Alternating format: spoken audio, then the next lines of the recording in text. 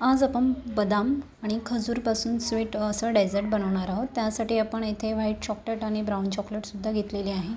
इथे gas on करून आपण तवा गरम करून घ्यायचा.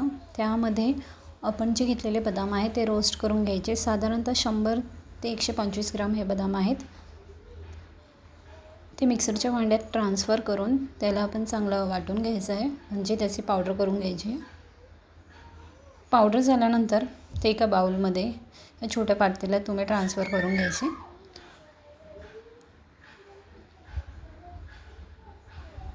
त्यानंतर हे जे आपण खजूर घेतलेले आहेत त्याच्या बिया ज्या आहेत त्या मी अगोदरच काढून घेतलेल्या आहेत.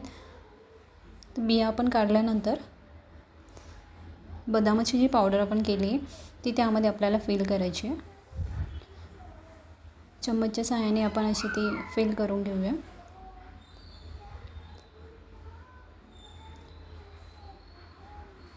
अशाच प्रकारे आपण सगळे खजूर जे आहे ते फिल करून घ्यायचे आणि जी आपली चॉकलेट आहे तिला मेल्ट करून घेऊया दोघं चॉकलेटना. चॉकलेट मेल्ट झाल्यानंतर आपण ती खजूरला लावून घ्यायची.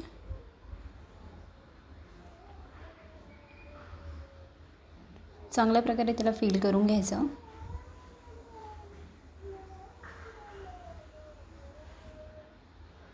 पूर्ण कवर करून घ्यायची ती चॉकलेटने.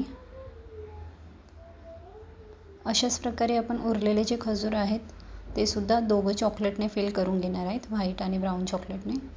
तर फिल करून आपण एका प्लेटमध्ये किंवा ट्रेमध्ये ते काढून ठेवायचे. इथे मी वेफल चॉकलेट घेतली आहे आणि त्याला हाताने क्रश करून घेतलं आहे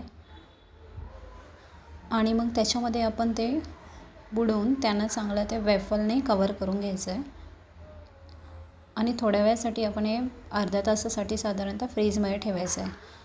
तर त्याच्यानंतर बघा फ्रीजमधून काढल्यानंतर चांगले ते ड्राय झालेले आहेत.